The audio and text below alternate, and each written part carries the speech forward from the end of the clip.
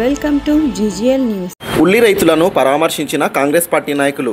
ఉల్లి రైతులను ప్రభుత్వం కనీస మద్దతు ధర కల్పించి ఆదుకోవాలని ఎమ్మిగనూరు నియోజకవర్గపు కాంగ్రెస్ పార్టీ ఇన్ఛార్జ్ ఖాసిం వలి డిమాండ్ చేశారు. సోమవారం గోనెగండ్ల గ్రామ సమీపంలో ఉల్లి రైతులను వారు పరామర్శించారు.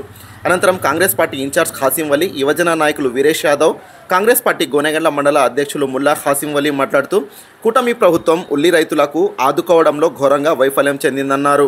6 గాలం కష్టించి పండించిన పంటకు గిట్టుబాటు ధర ఇవ్వకపోవడం బాధాకరమన్నారు. ఇప్పటికైనా కూటమి ప్రభుత్వం కింటం ఉల్లి 3,000 చొప్పున రైతుల వద్ద నుంచి కొనుగోలు చేయాలని వారు ప్రభుత్వాన్ని డిమాండ్ చేశారు. లేని పక్షంలో పెద్ద ఎత్తున ఉద్యమిస్తామని వారు హెచ్చరించారు.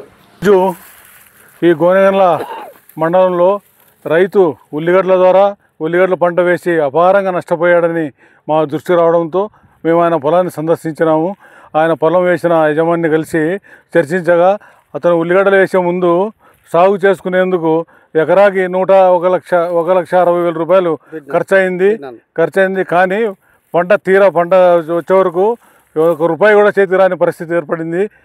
ఈరోజు గోనెగండ్ల మండల కేంద్రమైన గుత్తి రంగస్వామి అనే ఆయన పొలాన్ని ఉల్లి రైతులను కాంగ్రెస్ పార్టీ ఆధ్వర్యంలో సందర్శించడం జరిగింది. ఎందుకంటే ఈరోజు రాష్ట్రంలో రైతులకు ఉల్లి ధర లేక అయోమయ పరిస్థితుల్లో ఉన్నారు. ఒక డిఏపి ధర 1,800 నుంచి 2,000 దాకా అమ్ముతున్నారు. కానీ ఉల్లి ధర మద్దతు ధర 3,000 రూపాయలు ఎందుకు ఇవ్వలేదని మేము కాంగ్రెస్ పార్టీగా ప్రశ్నిస్తున్నాం. వెంటనే కూటమి ప్రభుత్వం ఇక్కడ వ్యవసాయ శాఖ మంత్రి అచ్చెన్నాయుడు గారు, ఇక్కడ జిల్లాధికారులు ఉల్లి రైతులపైన కేవలం ఏం చేయట్లేదు. వెంటనే ఆయనకు చాలామంది అప్పుల పాలు అయ్యి ఒకప్పుడు రైతు రాజీ అన్నారు, కానీ ఇప్పుడు రైతు రాజీ ఎక్కడ ఉన్నాడు?